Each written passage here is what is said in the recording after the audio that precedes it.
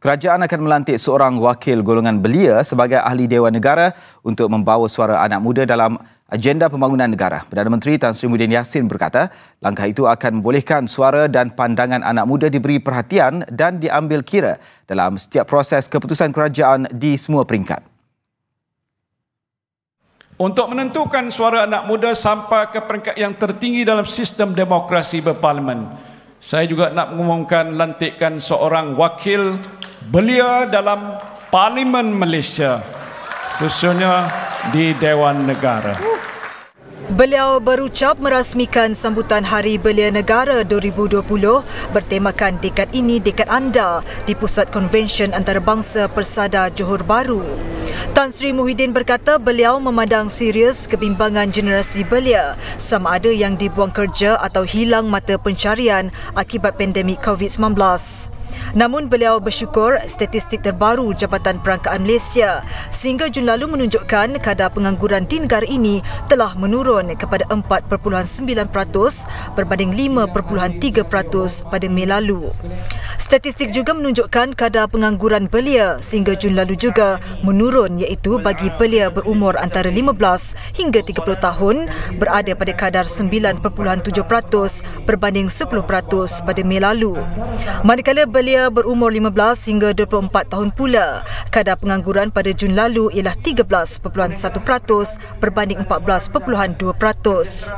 Katanya penurunan kadar pengangguran itu adalah petanda awal usaha pemulihan ekonomi yang dijalankan kerajaan mula menampakkan hasil. Turut diumumkan Perdana Menteri ialah pembentukan kumpulan khas penasihat anak muda yang berperanan memastikan menasihati beliau mengenai hala 7 golongan belia di negara ini. Ia sebagai menyahut cadangan Majlis Belia Malaysia MBM yang dikemukakan dalam satu pertemuan sebelum ini. Bagaimana yang disebutkan oleh Saudara Julfitri tadi ialah supaya kerajaan membentuk kumpulan khas penasihat anak-anak muda. Nasihat saya untuk memberitahu bagaimana saya harus lakukan untuk anak-anak muda. Saya bersetuju dengan cadangan itu dan insya-Allah ini akan kita laksanakan. Pada majlis berkenaan, Tan Sri Muhyiddin turut menyampaikan anugerah Hari Belia Negara 2020.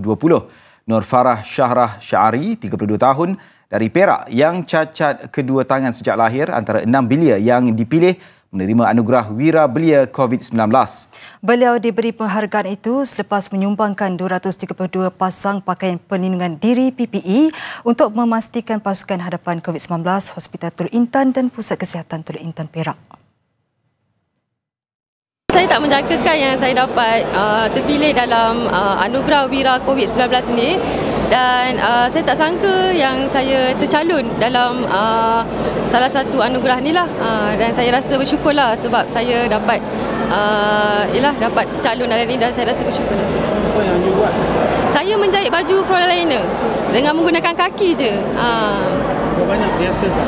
Kalau ikutkan staf Kolej Gunung Tuk Intan menjalankan projek CSR ni lah dan baju yang dihasilkan dalam 232 pasang lah. Bagi kategori individu lelaki dan wanita, anugerah diterima Muhammad Izzat Afifi Abdul Hamid dan Nurliana Muhammad dari Pahang yang membawa pulang wang tunai RM20,000, sijil dan trofi.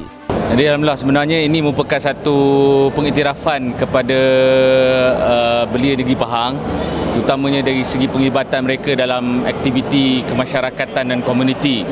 Anugerah khas pula disandang Ustaz Abid Irawan Ibrahim atau Abid Liu, manakala kategori persatuan dimenangi Persatuan Belia Seri Cempaka, Wilayah Persekutuan Kuala Lumpur.